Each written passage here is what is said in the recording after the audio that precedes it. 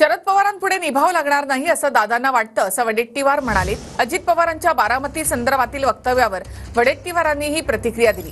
तर अजित पवार आमचे कॅप्टन, दादा निवडणूक लढणार असं छगन भुजबळ यांनी म्हटलंय। पक्ष फुटल्यानंतर अजितदादांचा निर्णय चुकल्याची त्यांनी कबुलीच दिली आहे त्यांच्या काही भाषणातून।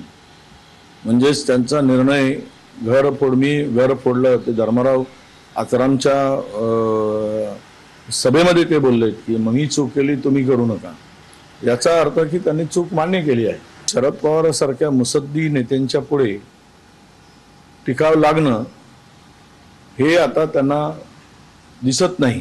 आता तो जे वडेट्टीवार विरोधी पक्षनेते आहे ते रोज काहीतरी बोलल्याशिवाय कसे वाटते। अजितदादाने जे आहे आणि तुम्हाला सांगतो अजितदादा निवडणूक लढवणार काय, शेवटी काय की ते आमच्या ग्रुपचे कॅप्टन आहेत, परंतु त्यांची ती व्यथा जी आहे आजच्या निवडणुकीमध्ये जे काही झालं ती व्यथा त्यांनी जे आहे लोकांसमोर मांडलेली आहे।